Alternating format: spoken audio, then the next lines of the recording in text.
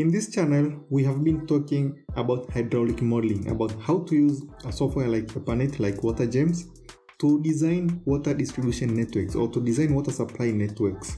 But I think there is something that as an engineer, I'd like to share with you. And that is nothing but the impact of operation and maintenance costs for the engineering projects that we design. Sometimes as engineers, we normally spend a lot of time dealing with calculations or dealing with modeling or designs, but we spend little to no time analyzing possible operation and maintenance costs for our projects or our designs. Let's say, for example, you are a mechanical engineer or electrical engineer and you have prepared a very impressive design or a very impressive model for a certain product. But somehow during the design process, you forgot or you overlook to analyze the possible operation and maintenance costs for that a particular product or design. And soon after implementation or soon after you ship the product, people start to complain that your product consumes a lot of energy to the extent that they cannot afford the operation cost for your product. You know what is going to happen? Well, it's very simple. Your product is going to fail simply because of its high operation and maintenance costs. And not just that it's going to fail, but you are going to end up with loss simply because no one wants to use your product. Now, the question is, what if during the design phase, engineers or you as an engineer, you spend like few hours or few days to analyze the possible operation and maintenance cost for your product? Okay, so let's say you during the design phase, you prepare like 3 designs, and for each design you prepare the possible operation and maintenance cost for that particular design. Now, out of those 3 designs, you choose one with the least possible operation and maintenance costs. Possibly through that process, you will be in a very good position to avoid that design with the highest operation and maintenance costs. Okay, so there is something that happened here in my workplace, and I think it's good to share with you, and possibly, if possible, you can get something out of it. Okay, so this is an article that I wrote on LinkedIn, and I'll make sure that I include the link to this article in the description below, so as you can go and read.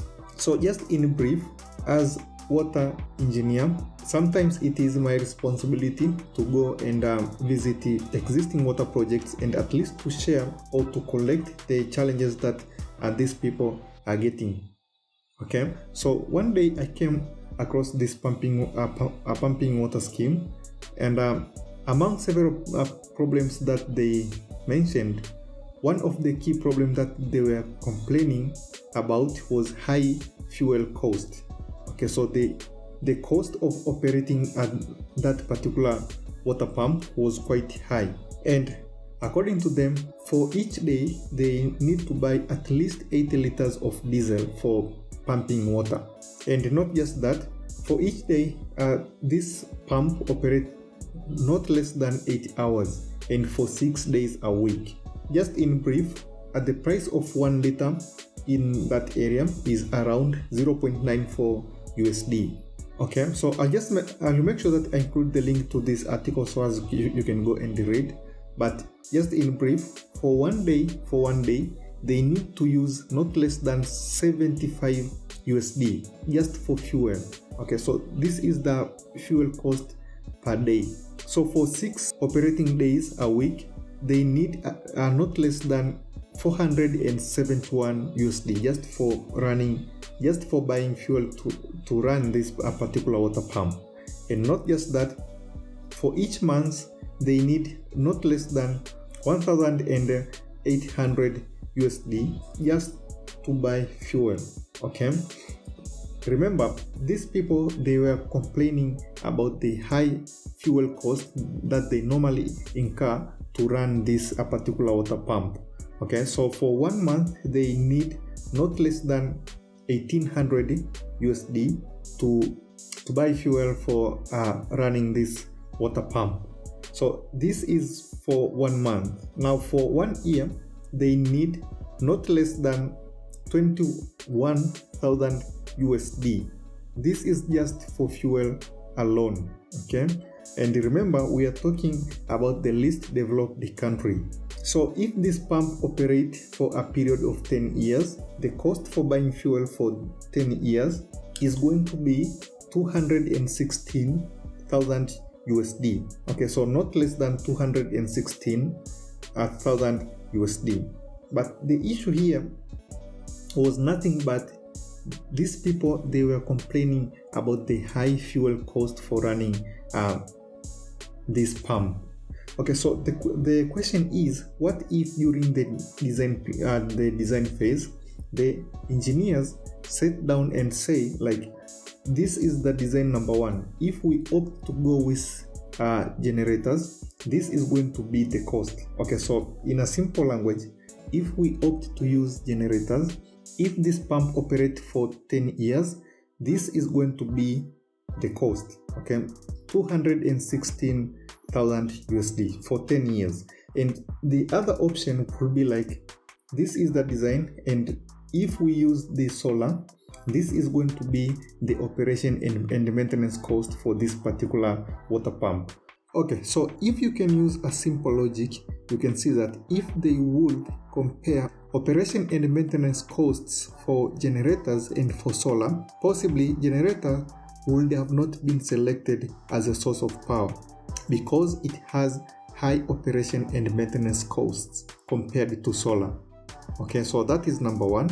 Second, if during the design phase, engineers opted to use solar, of course, after analyzing operation and maintenance costs for both solar and generators, then this money here, 216,000, possibly would have been saved somewhere for other economic uses, or even to finance other water projects in the region. In a simple language, you can see that if these people are able to collect 216,000 USD for 10 years just to buy fuel alone. So this shows that sometimes least developed country, they don't really need foreign aid or foreign assistance to finance implementation of new water projects.